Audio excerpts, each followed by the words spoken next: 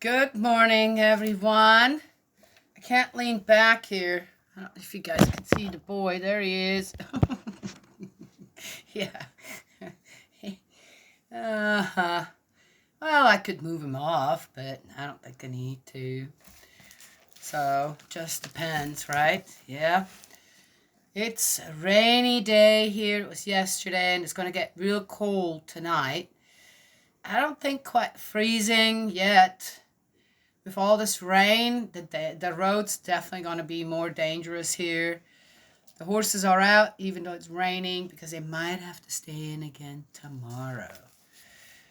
They were in yesterday. Hey, it's kind of this, yeah. Even though they live a pretty wild life here, our horses do, roaming so much in the mountains with their little, herd. You still have to make certain decisions for them because they are domesticated. They're not wild horses. So, and our old timer, yeah, doesn't like to stay in at all. He wants to go out too, which is a good sign. But, yeah, got to take care of our old timers. Which again reminds me,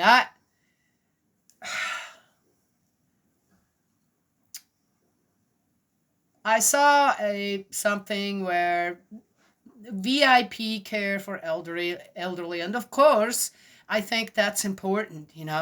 But again, in the way that it was presented and represented, you could tell this wasn't about taking better care of the elderly. This was about they can vote, right? And it's a lot of things already are in place for that. It always just depends on the people who are in charge of it. How do they execute that? Right? Yes? I mean, elderly abuse in nursing homes has been questioned for a long time. Right? So, does that have to do with whatever care is in place for the elderly or with the people who are taking care of the elderly, right? I think that if you can, under no circumstances, just put your elderly in a nursing home, right? Yes? Oh, I've had, do now have people of quite a high age here rather than them being where, okay? And had my mother-in-law here. I was willing to go back home to Switzerland, leave everything behind here and go take care of my elderly mom. Didn't work out, so be it, but I've had it all. I was ready to go. I even had the ticket. Then some things changed, and sadly, now I'm glad, I'm needed here too. But, and then, so I went in and I said, well, that's all good and right, but there's already a lot in place for elderly. And really, when it comes down to it, and I've had the experience firsthand as well with a 90-year-old who was given chemo. Okay, like, oh my gosh, it burned a hole in his back, and he suffered more from that. So, when you get to a certain age, then you have to just say, oh, you're so sick, that, yeah, okay, how about just say, well, I guess my time's coming to an end here on earth. I'd like to prepare, right, for the next world. So if I say that, that means that I don't care or something. What? And I mentioned I also firsthand have experienced the difficulties of parents who have children that need continuous medical care. And how, or something suddenly comes up, they lose their homes just about, lose their jobs because they want to be there with the child, unless they want to just dump the child in the hospital. And then certain other things too that are not available to children. And that really surprises me. Right? So I mentioned that. Say, well, okay, I guess children can't vote. So to actually put that out there, that people, we got to make sure that every child has absolute access to the best medical care, regardless of cost, this, that, and we'll work with the parents together, right? Right? I'm just saying. I was heavily attacked by a lot of people, willfully misunderstanding on what I said. Yes? Okay. So whatever, so be it. And she said, well, wait until you're an older person.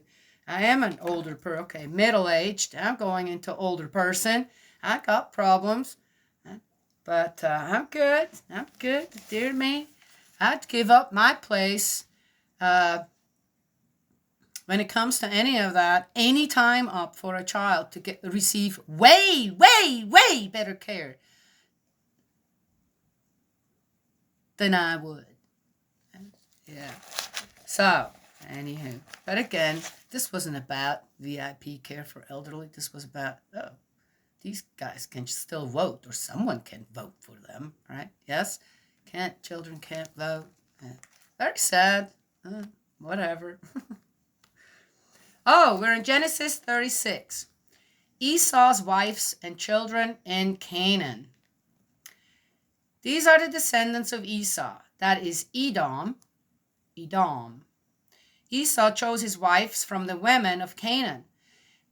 Ada, daughter of Elon the Hittite,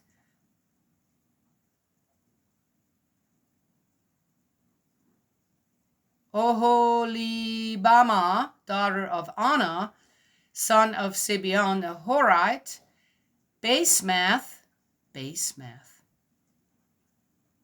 daughter of Ishmael,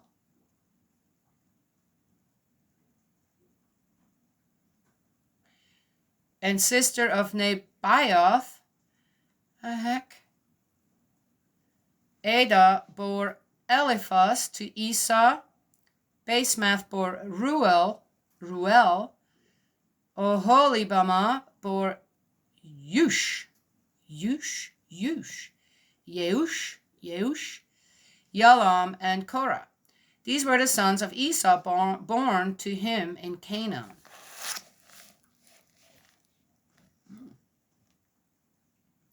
Esau's migration. Oh. Esau took his wives, his sons and daughters, all the members of his household, his livestock, all his cattle, and all the goods he had acquired in Canaan, and left for Seir, away from his brother Jacob.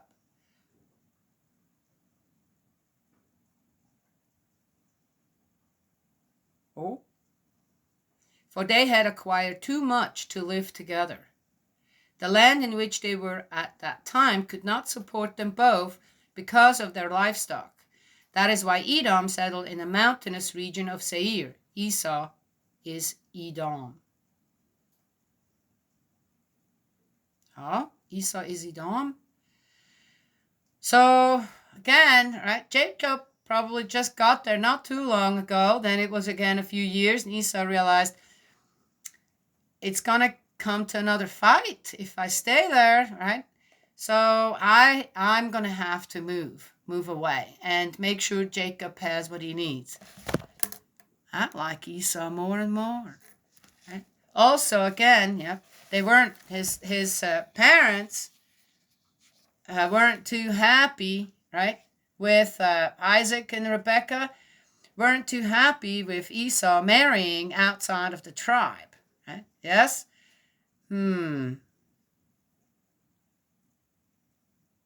Well, looks like Ishmael, daughter of Ishmael and sister of Nebaioth.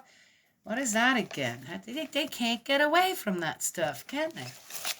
Well, maybe it was just not, it's not regarded as we regarded today.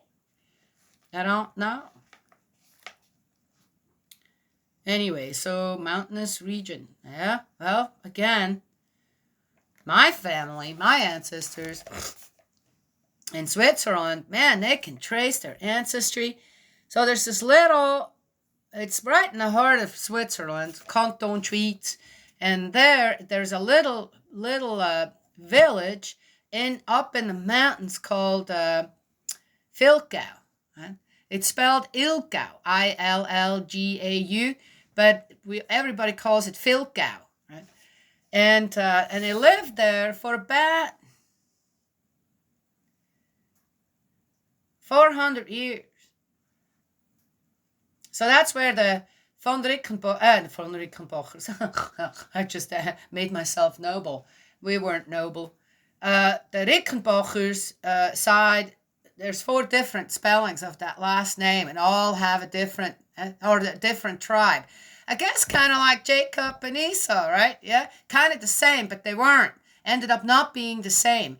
Maybe the origin of the surname Rickenbacher, is all comes from the same, but they split into these 4 different groups. So we were the mountain farmers.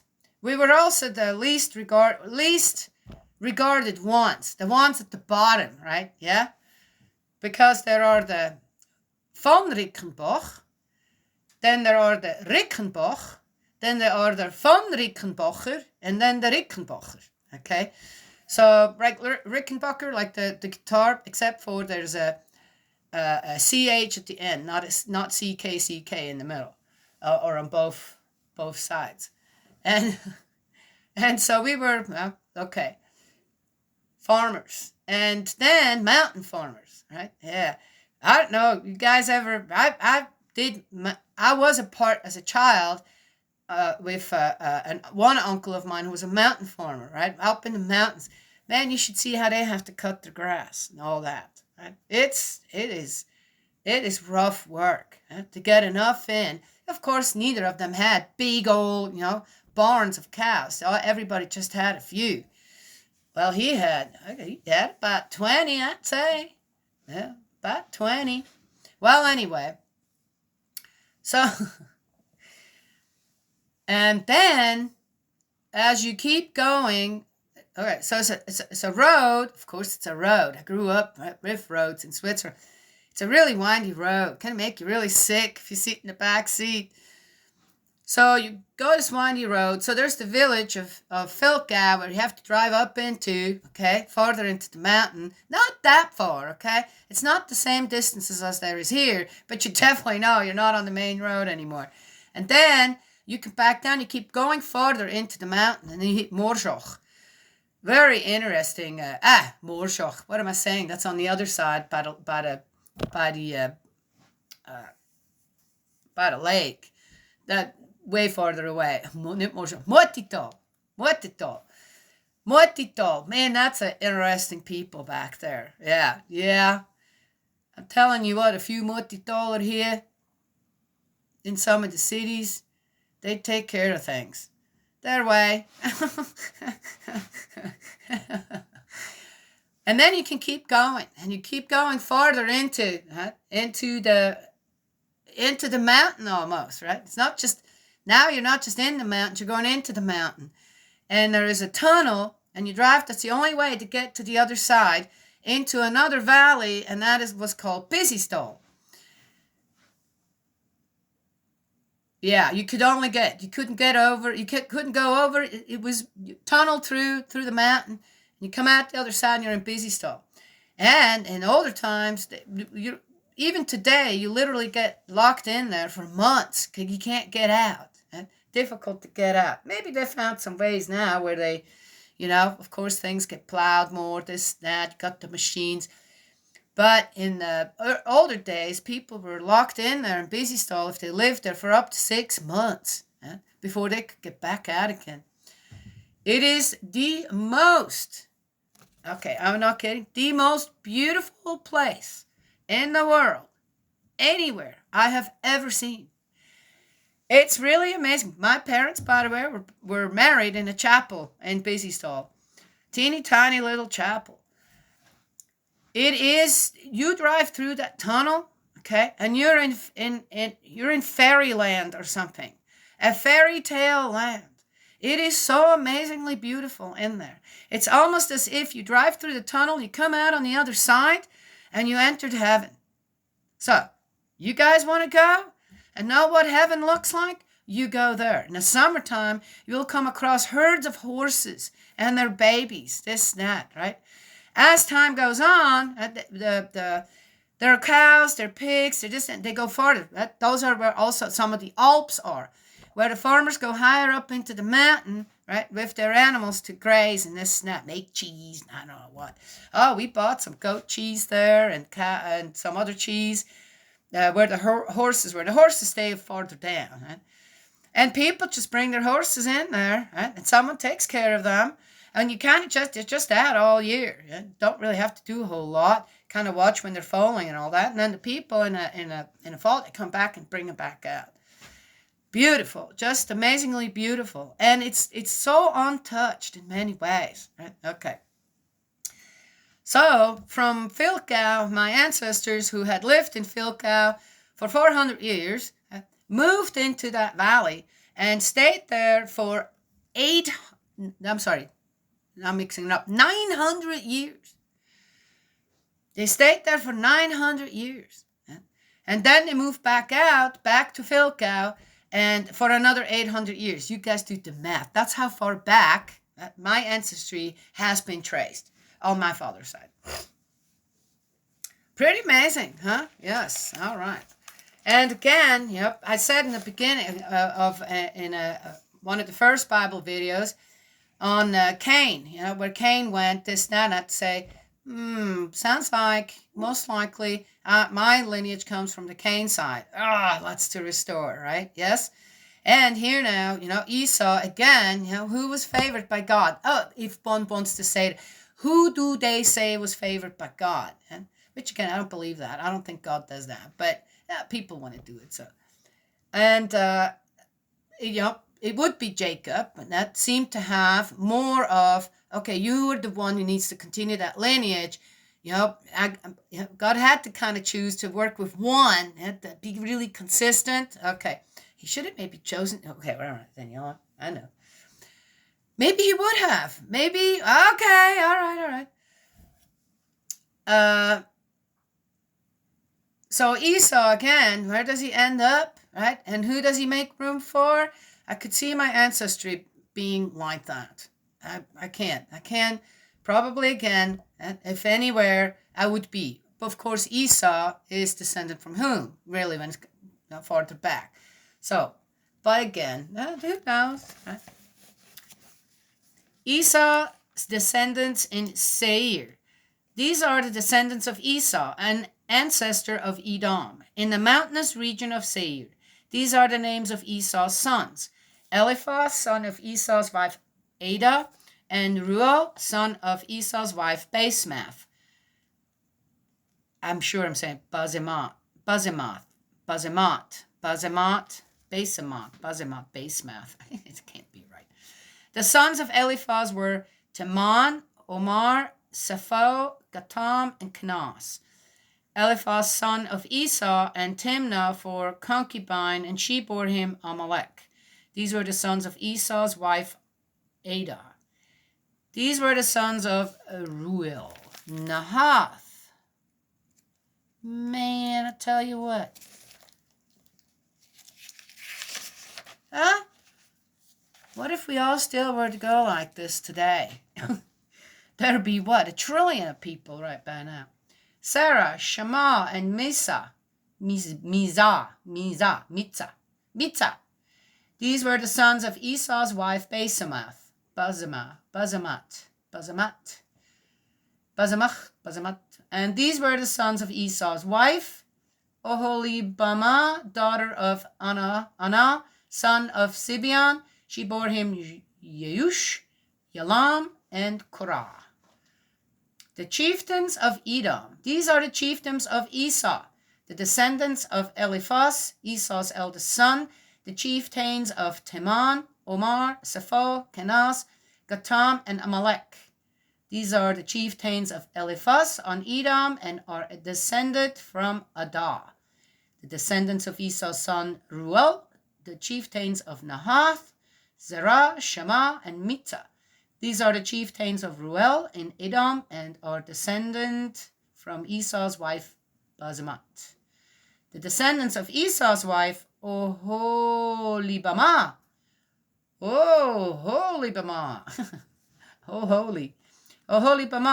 That's an interesting name. The chieftains of Jeush, Yalam, and Korah.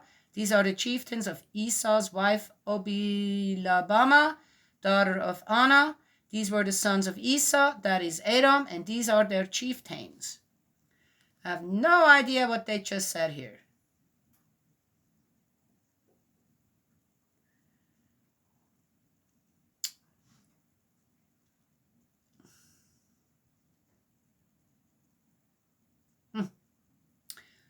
Seems like to me that the people in Esau's tribe, and then when whatever but a lot of people took responsibility for a smaller group of people, right? Does that kind of what it sounds like to you guys? Sounds like to me. The descendants of Seir the Horite.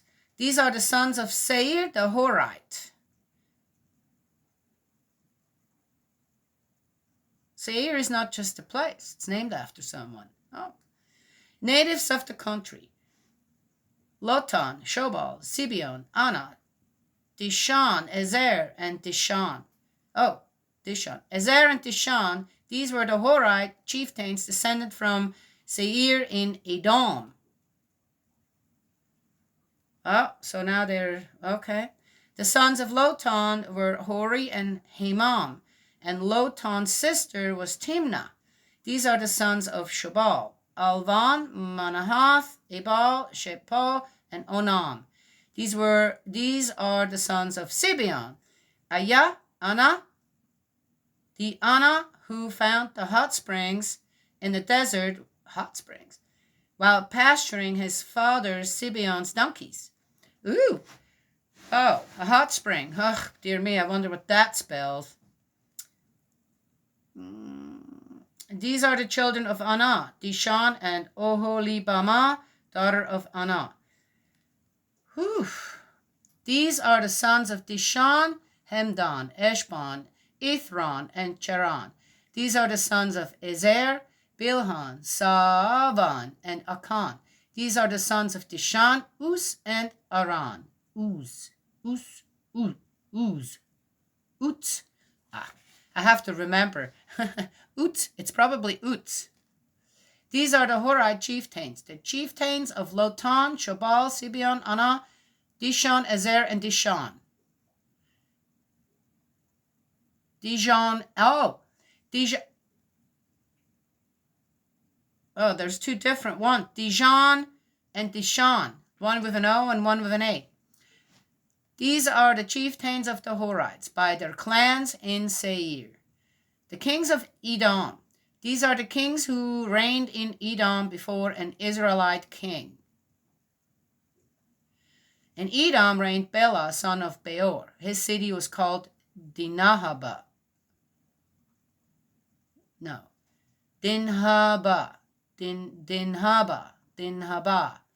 Bela died, and Bela died. Oh, Bela died. Oh, the son of Beor. And Jobab, son of Sarah from Bozrah, succeeded. Jobab died, and Husham from the land of the Temanites succeeded. Husham died, and Hadad, son of Bedad, succeeded. He defeated the Midianites in Moab. And his city was, I'm laughing, Moab, the movie Dune, Moab. And his city was called Avit. Hadad died, and Samlah of Masrekah succeeded. Samlah died, and Shaul of Rehoboth Nahar succeeded. What a name. Rehoboth Nahar. Oh, look. Saul died, and Baal-Hanan, son of Akbor, succeeded. Baal-Hanan died, and Hadad succeeded. His city was called Pau, and his wife's name was Mehetabel, daughter of Matred from Mezahab. Man, lineage really meant something to them, didn't it? More chieftains of Edom. We're not done. These are the names of the chieftains of Esau, according to their clans and localities. The chieftains of Timnah, Alva, Jetheth, Oholibamah, Elah, Pinon, Kenaz, Teman, Mipzar, Magdiel, and Iram. These are the chieftains of Edom, settled in the territory which they own. Esau was Edom's ancestor. There you go. So one of Esau's sons, is that the oldest one? Man, he really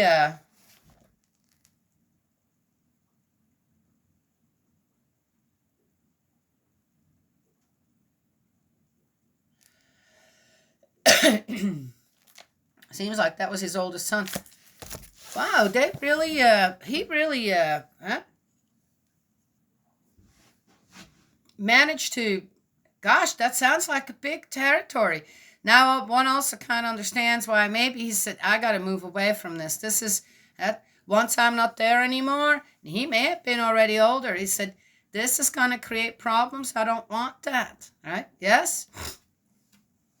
Amazing, though, and how, wow.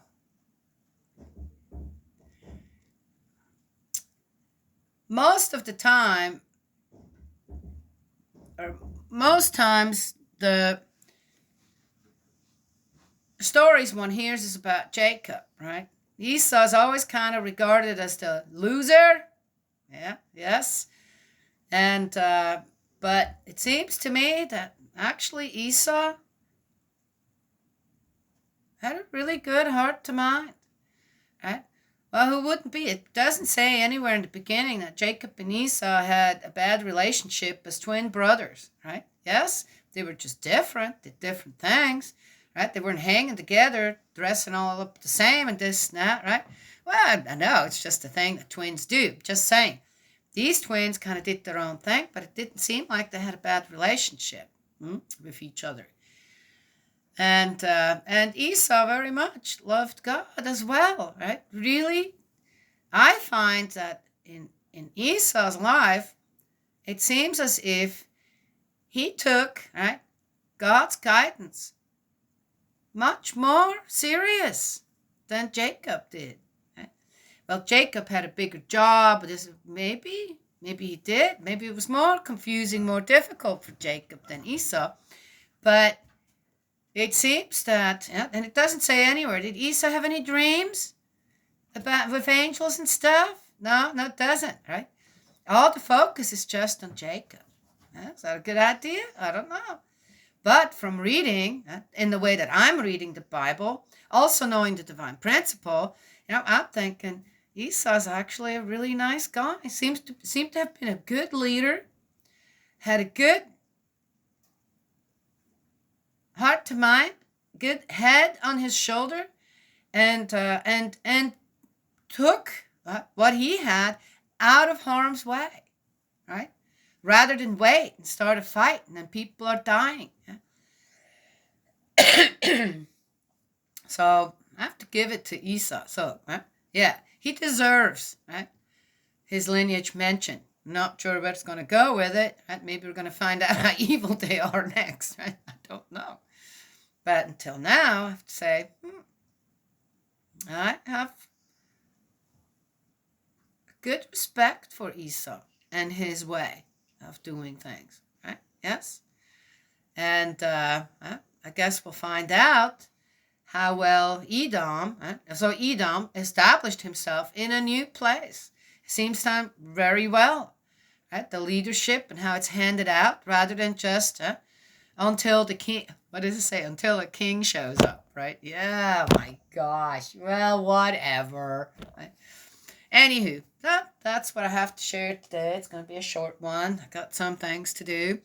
We had a very nice Veterans Day yesterday. Had a veteran visiting who was in the Vietnam War, and I think he appreciated that we had a good dinner. I made him his favorite dessert, which was cheesecake with cherries on top. and had a very nice time all together here. Yeah, so, well, there it is, right? Lots of restoration going on with all of our veterans as well. We should remember that. Right? Yeah, they might not show you all. Yeah, they might not show ever. Yeah, what horrific things they have to go through. Yeah? And yeah, they most likely will be digesting all that stuff until the day they die. So I pray for our veterans to be able to forgive and be forgiven whatever they had to go through in the wars that they were in. And that's the best way forward, right? Yes? Yeah. And can't we just lay down our guns, make them into plowshares? Who knows? The next 50 years we might have to, because there's nothing else to eat out there. Well, anywho, not enough or something. I don't know. Is it going to happen? I don't know. Guess we'll have to find out. Right? Yes. I'll be growing a lot of food next year. Mm-hmm. Yep. I already planted some stuff. Yep. In the wintertime. Yep. Mm-hmm. I had a good teacher. Well, that's what I wanted to share today. God's love and blessings always. May He protect you. Right? And I will talk to y'all another time.